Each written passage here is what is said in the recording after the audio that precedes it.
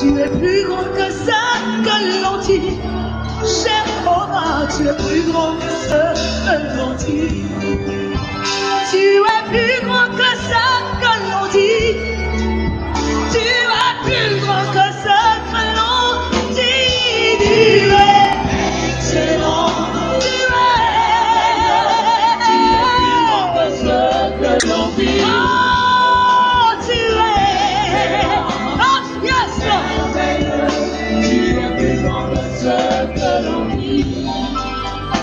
Tu es plus grand que ça que je pense. Jéhovah, tu es plus grand. Combien de temps combien de temps combien de temps quand il n'y a plus d'espoir, tu es mort de ton gars. Quand mes parents peuvent m'abandonner, tu es mort de ton gars. Dans cette chose, quand les difficultés me poursuivent, tu es mort de ton gars.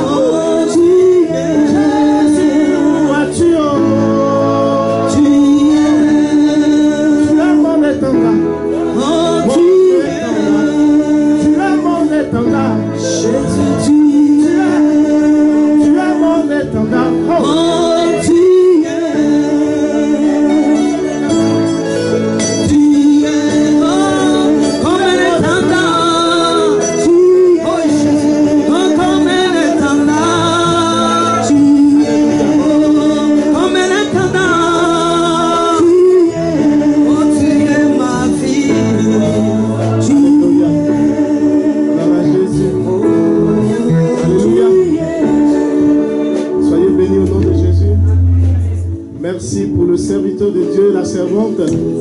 Merci pour toute l'équipe qui l'entoure. Merci pour les serviteurs, les chantres. Merci pour toute l'église de nous accueillir en ce moment solennel. Touche ton voisin par la main, dis c'est solennel. Nous sommes à une convocation. Nous sommes à une convocation. Ce soir c'est le premier jour et c'est pas évident. Il a plu tout à l'heure.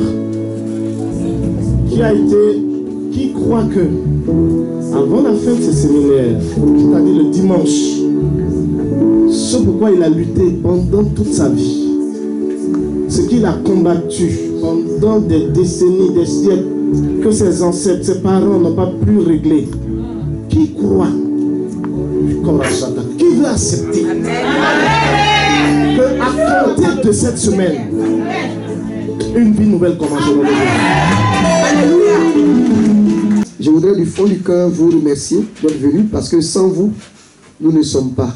C'est parce que vous êtes que nous sommes aussi. C'est pourquoi je voudrais vous dire merci d'être présent. Que le Seigneur vous soit en grâce et que cette semaine soit une semaine pour vous de déclenchement et de repositionnement au nom puissant de Jésus-Christ de Nazareth. Je prie que ce que tu n'as pas pu avoir hier, tu l'obtiennes définitivement afin que ta joie soit parfaite en Christ.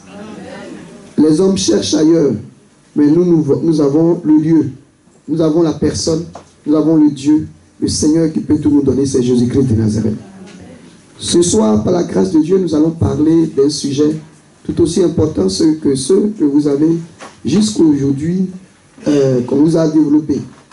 Briser les malédictions générationnelles. Pasteur Baki, c'est ça, hein? Briser les malédictions générationnelles. Donc, il faut prendre note. Et c'est un enseignement. Ce que j'ai l'habitude de faire, c'est quoi? Je donne l'enseignement. Ce que vous n'avez pas compris, vous pouvez poser des questions. Et puis on prie. J'ai dit au pasteur qu'il faut qu'on prie. On aura, si il n'y a pas le temps, il n'y a pas le temps. Mais il faut que nous prions. Il faut qu'on puisse prier parce que c'est un sujet important. C'est un sujet important et je voudrais dire aux uns aux autres que c'est aussi un sujet à controverse. C'est un sujet qui provoque beaucoup de débats.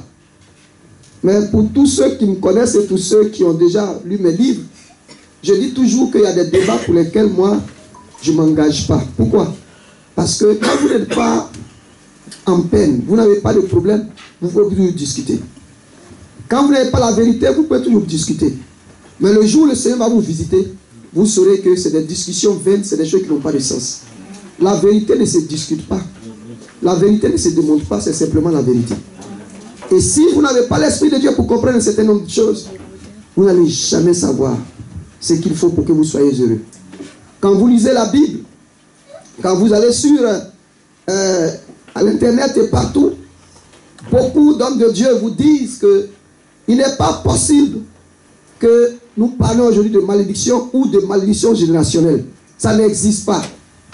Et on vous brandit comme preuve biblique 2 Corinthiens chapitre 5 verset 17 qui dit quoi? Si nous sommes en Christ, nous sommes une nouvelle créature. Les choses anciennes sont passées, toutes choses sont devenues nouvelles. Ça veut dire quoi? Ça veut dire que si nous sommes en Jésus-Christ, si nous sommes nés de nouveau, si nous sommes en Christ, si nous sommes chrétiens, personne, on ne peut pas parler de malédiction. Question, pourquoi est-ce que tous ceux qui sont alors à l'église ne réussissent pas? Pourquoi est-ce que tous ceux qui sont à l'église sont toujours en train de tourner en rond? Comment expliquer que quelqu'un se dise que j'ai Jésus-Christ dans ma vie et chaque fois c'est toi qu'on visite de façon nocturne? C'est toi qui entreprends, tu ne peux pas avancer. S'il est vrai que nous sommes nés de nouveau et que toutes choses sont devenues nouvelles, qu'est-ce qui peut bien expliquer que nous sommes obligés de vivre dans le faux? Nous sommes obligés de prendre les papiers de nos frères. Nous sommes obligés de mentir pour être ici, sur ce sol, pour nous qui ne sommes pas français. Pourquoi nous sommes obligés de le faire? Si c'est vrai que tous ceux qui sont en Christ sont nouveaux et qu'il n'y a plus rien, il n'y a plus de malédiction, je suis tout à fait d'accord. Mais comment expliquer que tu es encore endetté sur endetté? Et pourquoi jusqu'à présent tu n'es pas dans un mariage en paix? Qu'est-ce qui peut expliquer bien cela? Bien aimé, il y a des discussions pour lesquelles vous ne devez pas perdre le temps et donner votre énergie pour des futilités. La Bible est claire. Tant que vous ne connaissez pas la vérité, et la vérité ne va pas vous affranchir. Et la vérité qui affranchit l'homme, c'est celle que nous pratiquons. Vous pouvez connaître la vérité, mais si vous ne la pratiquez pas, vous ne serez jamais affranchi. La parole de Dieu est claire. Nous avons des commandements. Tant que vous ne pratiquez pas ces commandements, vous n'allez jamais. Je dis, vous n'allez jamais savoir si ce que la Bible dit est vrai. Et beaucoup n'ont jamais fait l'expérience de la profondeur et de la connaissance de la parole de Dieu. Bien aimé dans le Seigneur, je suis tout à fait d'accord avec tous ceux qui disent que si nous sommes en Christ, nous sommes nouvelles créatures. Mais on dit bien si nous sommes en Christ. Mais combien de personnes sont-elles en Christ? La grande interrogation, c'est ça. Ce n'est pas parce que je viens à l'église. Je peux recevoir toutes sortes de prophéties. L'on peut parler, démontrer la vie que j'ai. Mais si je n'ai pas véritablement Jésus-Christ, je continuerai de souffrir. Et si je suis retiré, je suis toujours retenu, et à chaque fois, je vais vers le bas, ça veut dire qu'il y a un véritable problème. Bien aimé, la Bible dit ceci dans le livre de Matthieu chapitre 7, verset 24 à 27. Le Seigneur parla donc à partir de cette parabole, a dit ceci, qu'il y a quelqu'un qui a construit sa maison. Avant de construire cette maison, ce qu'elle a fait, elle a vu que le lieu était intéressant. Mais alors, elle a creusé et elle a bâti sa maison. La Bible dit qu'il y a eu le vent, la tempête, il y a eu toutes sortes de tempéries, mais la maison a résisté. Cependant, il y a un second qui, voulant construire sa maison, ce dernier ayant vu cet endroit, un bel endroit, la seule chose qu'elle a faite, c'était de construire. Elle a bâti sur le sable. Lorsqu'il y a eu la tempête, lorsqu'il y a eu les torrents, lorsqu'il y a eu les vents, la maison s'est écroulée. La Bible nous dit que sa ruine était grande. Bien aimé, sur quoi est-ce que notre vie, nous l'avons bâtie? La grande interrogation, c'est cela. Sur quoi ai-je bâti ma vie? Il y en a qui viennent à l'église pour tout ce qu'on peut leur révéler sur leur vie. Mais combien de révélations n'as-tu pas reçues? Mais quel pas tu as franchi depuis que tu as reçu ces révélations? Ta vie a-t-elle changé? Il y a une vérité et il y a une chose que vous tous devez savoir, bien aimés, nous tous devons savoir. C'est que le thème que nous allons développer existe bel et bien. Si aujourd'hui, les gens acceptent l'inacceptable, ça veut dire que nous sommes en train de devenir fous, sans savoir que nous sommes fous. Les humains disent qu'ils sont intelligents parce qu'ils sont dotés de capacités de jugement de capacité de réflexion, ce qui marque la différence entre nous et les animaux. Mais bien aimé, quand nous prenons l'animal, quand nous prenons nous-mêmes les actes que nous posons, nous savons qu'aujourd'hui, celui qui n'a pas l'intelligence de Dieu, qui n'a pas le renouvellement de l'esprit, ces actes qu'il pose ne sont pas loin de ceux que posent également les animaux. Ça veut dire quoi? Le diable nous a phagocytés et le diable nous a menés sur un terrain que nous-mêmes, nous ne maîtrisons pas et qui fait que nous glissons progressivement vers la mort. Et demain, nous allons passer sur cette terre, nous allons passer le temps sans jamais bénéficier de toutes les grâces et les bénédictions que le Seigneur a promises. Je vais vous dire, soyez honnêtes avec vous-même et plongez vos regards dans la parole de Dieu. C'est elle qui pourra vous affranchir. Amen. Et vous serez véritablement affranchis. Amen. Tant que vous n'avez pas fait cet exercice, vous ne serez jamais un bon chrétien. J'ai dit aujourd'hui, on n'est pas à l'église. Nous ne sommes pas des gourous. On n'est pas à la recherche d'adeptes. On est à la recherche de ceux qui veulent voir et rencontrer celui qui donne la vie. C'est Jésus-Christ de Nazareth. Il dit, je suis le chemin, la vérité et la vie. Tu veux la vie, il faut le connaître. Et tu veux la vie, il faut d'abord creuser pour savoir, est-ce que la base de ma vie, elle est saine, pour que demain, face aux intempéries, je ne dise pas que c'est difficile. Face aux épreuves, il y en a qui ont abandonné l'église. Il y en a qui accusent Jésus-Christ. Mais quel que soit ce que vous allez faire, accusez Jésus. Mais il y a une chose que vous ne pouvez pas faire. Vous ne pouvez pas le convoquer au tribunal, au commissariat. Vous ne pouvez pas le mettre en prison. Si chez vous, il n'a pas agi, vous pensez qu'il n'agit pas ailleurs, celui qui y en a qui ont le même problème que toi, mais qui ont fait l'expérience avec lui, il y a solution. Alors qui de vous deux est menteur? À vous de choisir. Que Dieu vous bénisse. Que le Seigneur soit avec vous. Pour tout ce que nous allons voir, que le Seigneur vous décide. On va prendre donc nos Bibles. C'est la parole de Dieu. Je voudrais inviter quelqu'un qui peut bien lire en français de prendre Matthieu chapitre 23. Matthieu chapitre 23. À partir du verset 29 jusqu'au verset 36. Matthieu chapitre 23. À partir du verset 29 jusqu'au verset 36. Quelqu'un peut-il lire? Je vais inviter une autre personne. Qui peut m'aider à lire ici? Qui peut lire? Bon, ici, personne ne veut m'aider. Allez-y, vous prenez Matthieu 23, 29 à 36. Et le second, qui veut prendre le second texte?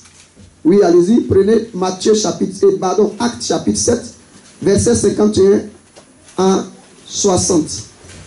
Et qui d'autre veut lire encore? Parce qu'ici, ils ont décidé de ne pas lire. Ici, qui d'autre veut lire? Vous ne voulez plus lire. Bien aimé, vous prenez Lamentation chapitre 5, verset 7. On va inverser l'ordre. On va commencer par Lamentation chapitre 7. Et chapitre 5, verset 7. Ensuite, Matthieu chapitre 23 et enfin Actes chapitre 7. On y va. Vous écoutez bien la lecture.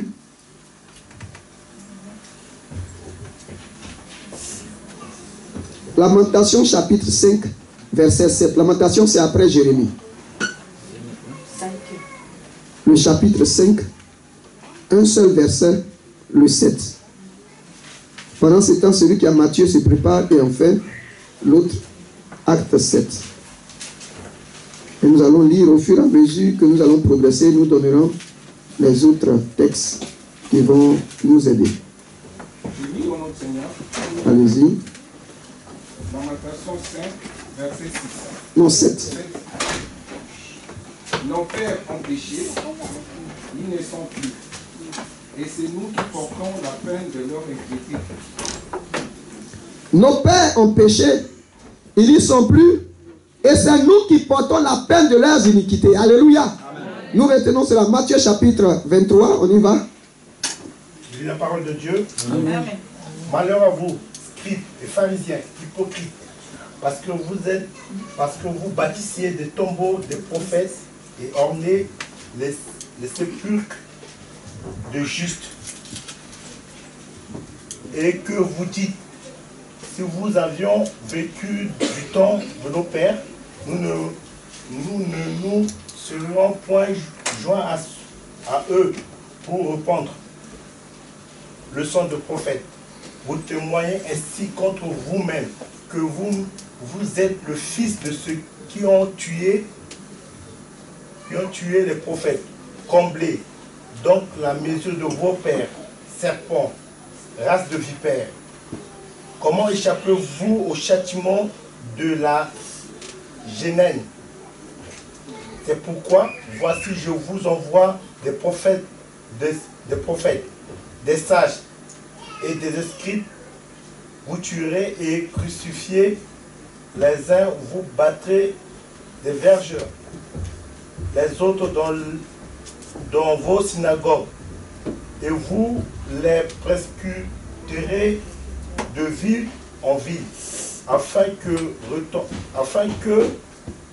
retombe sur vous tout le sang innocent répandu sur la terre, depuis le sang d'Abel, le juste, jusqu'au sang de Zacharie, fils de Barachi, et vous avez tué entre le temple et autel.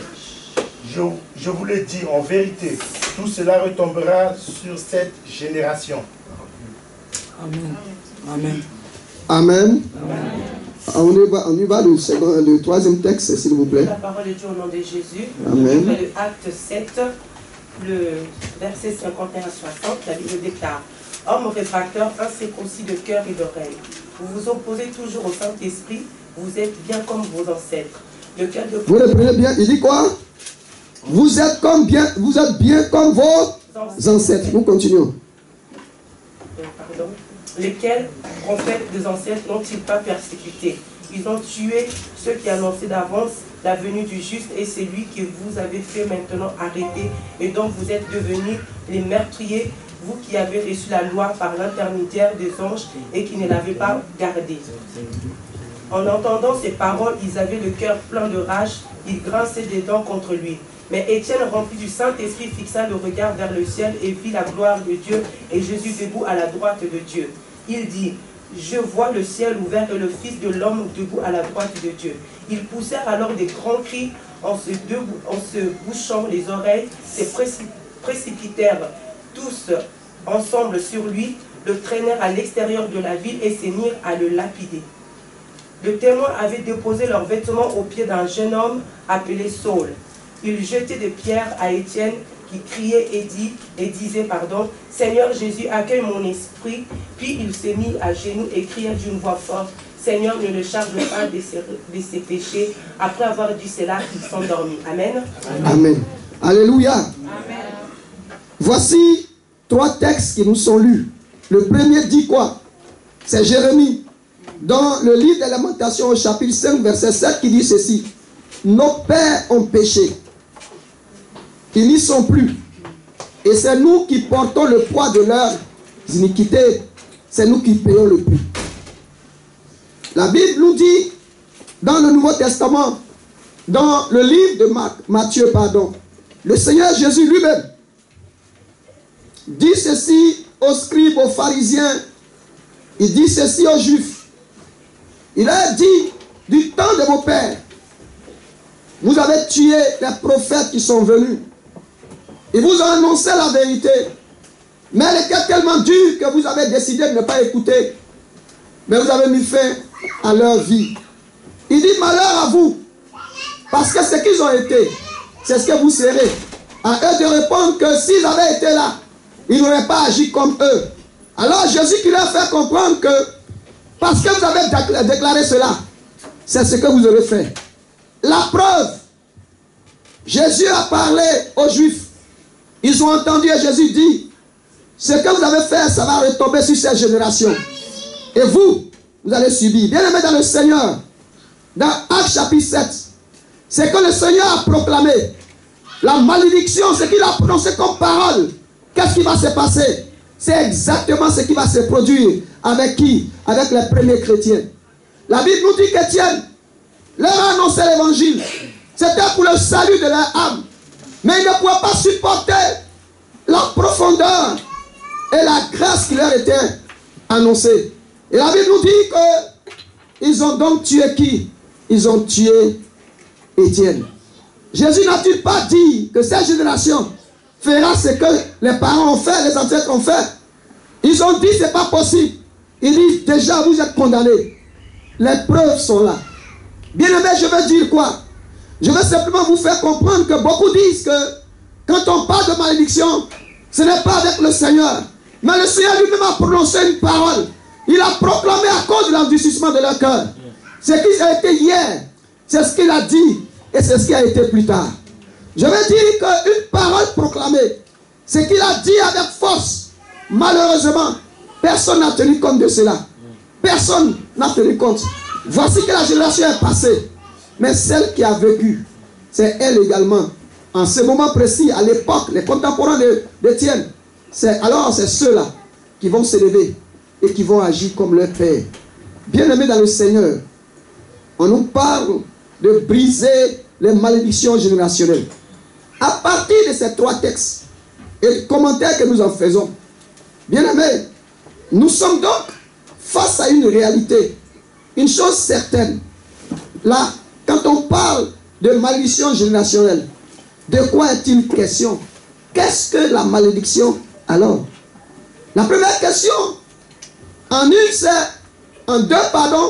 la malédiction, c'est quoi exactement? Qu'en est-il donc de la malédiction générationnelle? Comment se manifeste-t-elle? C'est-à-dire, ce dont nous parlons. Comment est-ce qu'on peut vivre cela dans sa vie? Et enfin, c'est la chose la plus importante. Quand tu as découvert la vérité, il ne faut pas demeurer dans l'ignorance. Qu'est-ce qu'il faut faire pour détruire afin que nous ne continuions pas de vivre sous la malédiction? Bien-aimés dans le Seigneur, durant donc ces 3-4 jours, nous allons nous efforcer avec la grâce de Dieu, dans un premier temps, d'apporter une définition à ce que nous allons dire toute la semaine. Donc, le premier point, c'est une approche définitionnelle. Comment est-ce qu'on peut définir cela? Donc, le premier point, pour ceux qui prennent note, c'est une approche définitionnelle. Le deuxième point qu'on va voir, donc, c'est les origines, cause et origine, donc, de la malédiction. Et nous verrons, enfin, comment se manifeste-t-elle et comment détruire. On va voir la manifestation et le brisement ou la destruction en dernière position des malédictions ancestrales ou générationnelles. Ensemble donc, analysons un peu ce que c'est que la malédiction. Donc, vous marquez, pour ceux qui sont en train de prendre les notes, le premier point qu'on va voir ensemble, c'est la définition de malédiction. Il est question de briser des malédictions.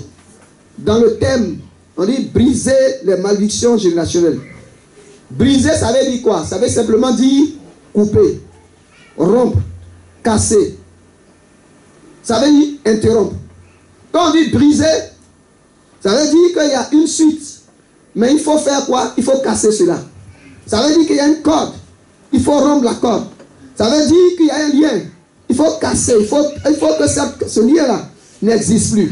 Il faut enlever. Il faut tout faire pour que ça n'existe plus. C'est ce que ça veut dire quand on dit briser. Quand on dit briser, on va plus loin. Ça veut dire qu'il faut faire de sorte que ça disparaisse totalement. C'est cela briser. Alors qu'est-ce qu'on doit briser? C'est ici que nous voyons donc notre premier point de la première grande partie, c'est-à-dire la malédiction. Je vous pose la question. Alors pour vous, la malédiction, c'est quoi? Je vous pose simplement la question, vous pouvez me dire tout ce que vous désirez. Oui? La malédiction, c'est quoi?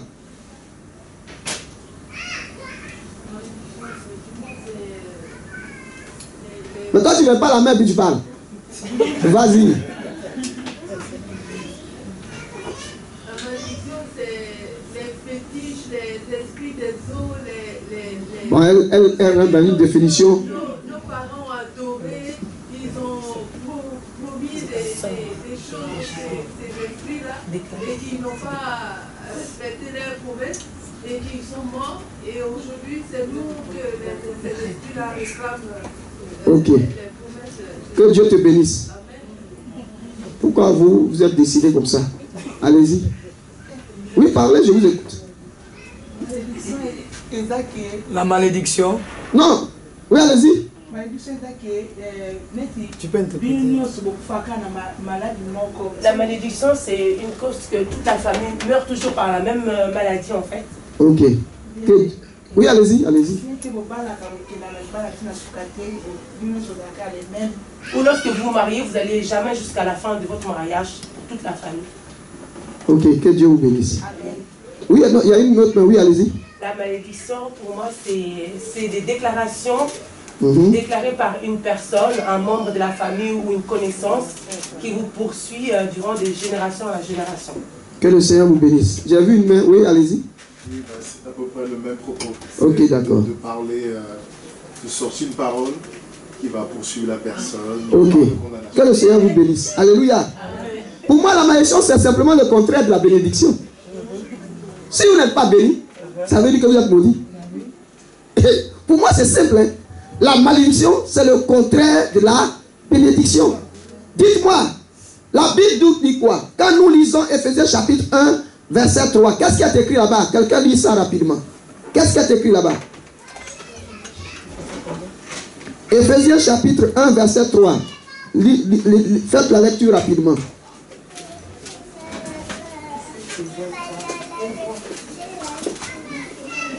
Béni soit le Dieu de notre Seigneur Jésus-Christ, qui nous a bénis de toutes sortes de bénédictions dans les lieux célestes. C'est pas ce qui est écrit? Amen. En Christ, c'est pas ce qui est écrit là-bas? Vous voyez, si je suis en train de mentir, vous me dites. Qu'est-ce qui est écrit, bien-aimé? Éphésiens chapitre 1, verset 3. Qu'est-ce qui est écrit? Quelqu'un peut prendre Deutéronome chapitre 28, verset 1 et 2. Oui, lisez. Qu'est-ce qui est écrit là-bas?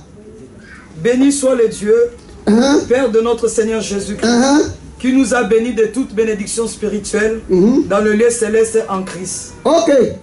Qu'est-ce que cela signifie, bien-aimé? Ça veut dire quoi? Cela veut simplement dire que tous ceux qui sont en Christ, vous êtes déjà bénis. Il n'y a rien à faire. Nous sommes bénis. Et ça, c'est une certitude. Si tu es en Christ, tu es béni. Alléluia. Amen. Mais alors, si la promesse qui a été faite, je ne constate pas, je ne vis pas cela, ça veut dire quoi? Soit je suis béni, soit je suis maudit. Je perds sous la malédiction sans savoir que je suis maudit. Il y en a parce qu'ils travaillent, parce qu'ils sont mariés, parce qu'ils voient, parce qu'ils ont ceci, ils pensent qu'ils sont heureux. Ils pensent qu'ils sont bénis. Vous n'êtes pas bénis. Parce que vous n'êtes pas dans la promesse du Seigneur.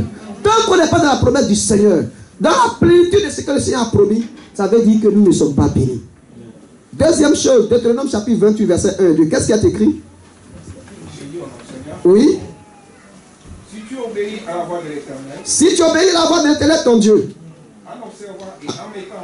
en observant et en mettant en pratique, les commandements que je te prescris aujourd'hui, l'Éternel ton Dieu te donnera la supériorité sur non, le 1, c'est pas encore fini le 1. Que je te prescris aujourd'hui, l'Éternel ton Dieu te donnera la supériorité sur toutes les nations de la terre.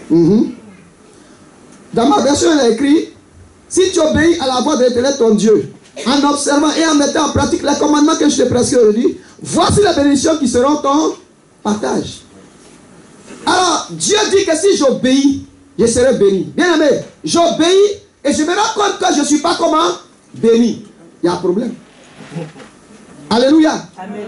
Alors, pour moi, la première chose, si je n'ai pas la promesse promise, la promesse faite par le Seigneur, ce qui est promis par le Seigneur, si je ne l'ai pas, il y a quelque chose qui cloche dans ma vie. Il y a quelque chose qui ne va pas dans ma vie. Bien aimé, il n'y a personne qui soit en Christ et qui soit malheureux. Mais si nous sommes en Christ et nous sommes malheureux, il y a un problème dans ma vie. C'est ça, la malédiction. Si je n'aime pas pleinement, ce n'est pas parce que je travaille que je ne suis pas sous la malédiction. Ce n'est pas parce que je suis marié que je ne suis pas maudit. Ce n'est pas parce qu'il y a des enfants. Mais c'est la plénitude. Dieu n'a pas dit parce que tu es marié, tu ne peux pas avoir des enfants. Dieu n'a jamais dit que parce que tu travailles, tu dois t'endetter. Dieu n'a jamais dit parce que tu travailles. Il faut qu'à chaque fois tu sois en train de faire. À chaque fois que tu as l'argent, cet argent disparaît. Et tu es obligé de faire ce que tu ne veux pas. Dieu n'a pas dit parce que j'ai tout ce qu'il faut. Alors je veux quoi? J'ai une maison, j'ai ceci. Alors je suis dans la maison, mais je ne jouis même pas pleinement du fruit de mon travail. Cela ne veut pas dire que je suis béni. Il y a quelque chose qui cloche. Ça veut dire qu'il y a un problème. Amen. Avec Dieu, c'est la plénitude. Avec Dieu, si la promesse ne se réalise pas, j'ai un véritable problème. Il faut que je cherche à comprendre pourquoi j'ai ce problème. Comment je peux expliquer que le Seigneur dit si j'obéis, voici la bénédiction qui sera mon partage. J'obéis. Je fais tout ce que le Seigneur me demande. Et à chaque fois, c'est moi qui suis prêt à maudire. C'est moi qui suis prêt. Alors, dans mon foyer, Je ne suis pas en paix avec mon épouse. Je ne suis pas en paix avec mon époux. À chaque fois, c'est la guerre. On a l'impression que notre maison, c'est un boxing club. Non, ce n'est pas un boxing club. Au contraire, on se marie pour être heureux. Mais je ne suis pas me marier pour être malheureux. Si ces choses perdurent, il y a un véritable problème. Et c'est ce problème qu'il faut chercher à régler. Je ne vais pas sourire aujourd'hui avec mon mari. Demain, c'est des histoires. Après, demain, ça va. Après, demain, ça ne va pas. Ce n'est pas un mariage. Le mariage, c'est la joie. Le mariage, c'est la paix. Le mariage, c'est l'amour. Ce n'est pas la guerre. Si je ne vis pas cela, je ne suis pas marié. Je peux être marié, mais je ne suis pas là où il faut. Il y a un problème. Bien aimé dans le Seigneur, la malédiction, c'est tout un ensemble. C'est pourquoi quand les gens, des personnes sensées, qui se disent de grands serviteurs de Dieu, ne peuvent pas enseigner ces choses aux fidèles pour que les gens soient heureux. Et qui préfèrent alors noyer tout cela par un flot comment on appelle, des slogans. Tu es béni, il n'y a pas de problème, dans 2 jours tu auras ceci. Amen, amen. Mais la vérité va vous rattraper. Quel que soit ce qui va se passer, vous reviendrez toujours en arrière. Avec le Seigneur, on ne court pas, on va au rythme du Saint-Esprit. Bien aimé, si je n'ai pas cela, il y a un problème. C'est pourquoi nous disons qu'il y a un véritable problème qu'il faut chercher à régler. On ne peut pas dire que je suis en Christ et je suis le plus coléreux de tout. Mais la colère ne vient pas de Dieu. La Bible dit que la colère de l'homme n'accomplit pas la justice de Dieu. Amen. Si ça accomplissait la justice de Dieu, alors Dieu m'aurait donné tout ce qu'il faut. Mais pourquoi il ne me donne pas la joie, la paix? Pourquoi il ne me donne pas tout et puis c'est la colère qui me donne? Il y a un problème. Il y a un véritable problème, bien aimé. C'est pourquoi nous disons, beaucoup disent que moi je ne suis pas maudit. C'est vrai. Tu n'es pas maudit.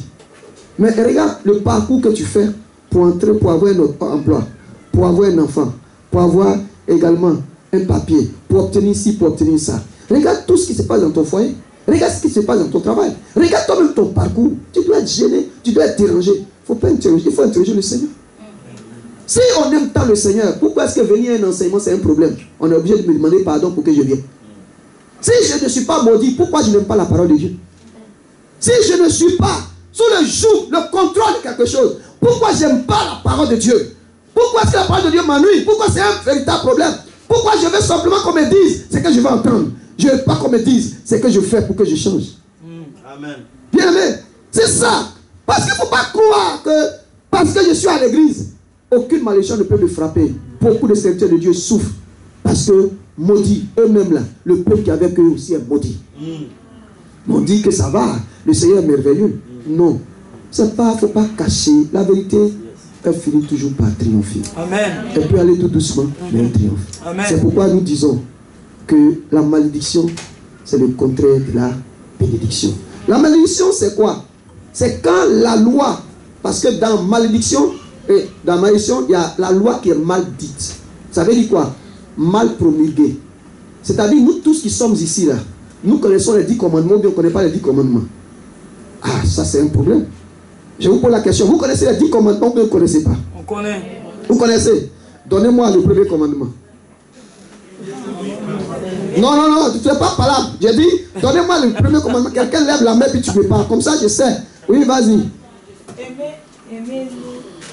Allez, en tout cas, quand le Seigneur te bénisse, elle dit aimer, oui. L'amour, c'est une bonne chose. C'est le verbe le plus conjugué des humains. Oui. Voici, oui, il a dit, tu adoreras ton Dieu de tout ton cœur, de toute ton âme. Quand Dieu donnait la loi à Moïse, c'est qu'on appelle la loi mosaïque. Ça, c'est le résumé de toute la loi. Il dit, dans le livre d'Exode, du moins d'Exode, chapitre 1, à partir du verset 1 jusqu'au verset 3.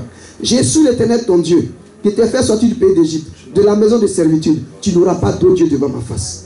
Voici la loi du Seigneur. Et c'est cette loi. Quand il a donné le deuxième commandement, ne te feras point d'image, il n'y a aucune représentation des choses qui sont en haut dans le ciel, en bas sur la terre, plus bas que la terre dans les eaux. Tu ne te prosterneras point devant tel et tu ne serviras pas. Car moi, l'Éternel ton Dieu, je suis un Dieu jaloux, qui punit l'iniquité des pères sur les enfants jusqu'à la 3e et 4e génération de ceux qui me haïssent, mais qui fait grâce, qui fait miséricorde jusqu'à 1000 générations. Notre Dieu est un Dieu de bénédiction. Donc. Amen. Alléluia. Mais comment, si tout est bien dit, comment est-ce qu'aujourd'hui il y a des gens encore qui adorent alors les mauvais esprits? C'est dit quoi? Qui vont, il y a beaucoup qui sont des rosicruciens, qui sont des francs-maçons, qui sont des fétichistes. Il y a des gens qui adorent le sexe, qui adorent ci, qui adorent ça. Mais pour m'expliquer, quand quelqu'un ne peut pas, la loi qui est dite, si la personne ne peut pas marcher selon la loi, ça veut dire quoi? La loi est mal promulguée dans sa vie. Donc ça veut dire quoi? Il est sous la malédiction. C'est pourquoi on dit certains édits qu'il faut promulguer, c'est-à-dire qu'il faut bien publier. Donc quand on ne fait pas, alors c'est la malédiction. Lisez-moi Deutéronome chapitre 28, verset 15. Qu'est-ce qui est écrit là-bas? Il faut que vous compreniez pour que vous ne dites pas autre chose après. Oui? Deutéronome 28, verset 15. Qu'est-ce qui est écrit? Deutéronome 28, verset 15. Mais si tu obéis point à la voix de l'Éternel, si tu n'obéis point à la voix de l'Éternel, si tu observes pas et ne mets pas en pratique tous les commandements et toutes ces lois que je t'ai prescrits aujourd'hui, voici toutes les malédictions. Voici toutes les malédictions. C'est-à-dire quoi? Voici toutes les malédictions qui vont fondre sur toi. Alléluia. Bien aimé, que Dieu te bénisse. C'est pourquoi nous disons que quand l'édit, c'est-à-dire la loi, est mal promulguée, ça veut dire quoi? Ça veut dire qu'on se met sous le joug de la malédiction. Ça veut dire qu'on est maudit. Et moi, je n'ai pas inventé. Ce qui vient de dire, ce n'est pas moi qui ai écrit, ce n'est pas vous qui avez écrit. C'est la parole de Dieu. Alors nous continuons de marquer. Donc si je ne l'exécute pas, si je ne fais pas, ça veut dire que je suis en train de me maudire. Et enfin, la malédiction, c'est une succession de malheurs. C'est une succession de malheurs. Ce que je veux, c'est le contraire qui s'est produit. Ce que je désire, c'est le contraire que je vis. C'est ça, la malédiction. C'est pourquoi j'ai pris le temps, dans le départ, de vous expliquer ces choses. Bien aimé, je vous explique. Dites-moi, Lévi et Siméon, dites-moi, quand le papa les a appelés, il a commencé à bénir les enfants. Ruben, tout ça, il les a bénis. Vrai ou faux? Il les a bénis, non? Prenons ensemble Genèse chapitre 49. Quelqu'un va lire à partir du verset 1 jusqu'au verset 6. Et ensemble, on va voir. Et vous écoutez, ici, on va terminer la définition. Oui, quelqu'un lit ça. Genèse chapitre 49, pardon, à partir du verset 1 jusqu'au verset 6, 7. Quelqu'un lit ça? Je lis la parole au nom de Dieu. Oui, allez-y. Genèse 49, du premier verset au 6e verset. Jacob appela ses fils et dit, rassemblez-vous et je vous annoncerai ce qui vous arrivera dans l'avenir. Rassemblez-vous et écoutez, fils de Jacob. Écoutez Israël, votre père. Ruben, écoutez bien, Ruben. Toi mon aîné, qui est ma force et le premier de mes enfants, supérieur en dignité et en puissance. Impétueux comme l'eau, tu n'auras aucun avantage. Il dit quoi? Tu n'auras aucun avantage. Car tu es monté sur le lit de ton père. Alors il dit quoi? Tu n'auras aucun avantage. Pourquoi?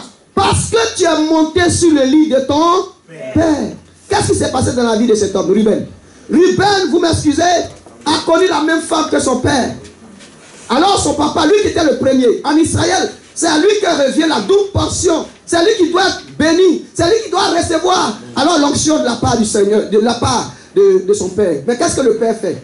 Le père dit que toi tu n'auras pas la prééminence, ça veut dire que tu n'as pas dominé. Alléluia. Dites-moi, il est béni ou bien il est maudit? Il devait recevoir quoi?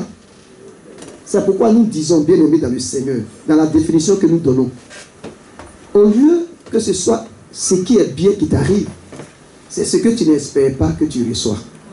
Lui, il a espéré recevoir de la part de son père quoi? L'héritage. Mais qu'est-ce qu'on lui donne? Il est déshérité. Nous continuons. Tu as souillé mon lit en y montant. Voilà. Simeon et Lévi, son frère, leurs épées sont des instruments de violence. On dit quoi? Leurs épées sont des instruments de violence. Continuez. Je ne veux pas participer à leur conciliabule. Je ne veux pas m'associer à leur assemblée, car pour assouvir leur colère, ils ont tué des hommes et pour suivre leurs désirs, ils ont mutilé les jarrets des taureaux. Continue. Maudit soit leur colère. On dit quoi? Dieu, le Père est en train de faire quoi? Maudit leur colère. Alléluia. Amen. Il est en train de maudire. Il a relevé ce qu'ils font, ce qu'ils devaient être. Mais malheureusement, il y a quelque chose qui ne va pas dans leur vie. C'est qu'ils sont comment? Coléreux. Et qu'est-ce qu'il fait? Il est en train de maudire ce qui fait leur problème. Alléluia. Amen. Mais il n'aura pas ce qu'il désire à cause de tout ce que le Père a cité, a précité, pardon. Bien aimé. Est-ce qu'il n'y a pas de problème? Il y a un problème. Et on va voir, il faut que vous reteniez cela. Donc, au total, vous retenez que si c'est que je veux, toutes les promesses que Dieu a faites, c'est le contraire qui se produit dans ma vie, il y a un problème dans ma vie. Si au lieu d'être béni, je n'ai pas ça,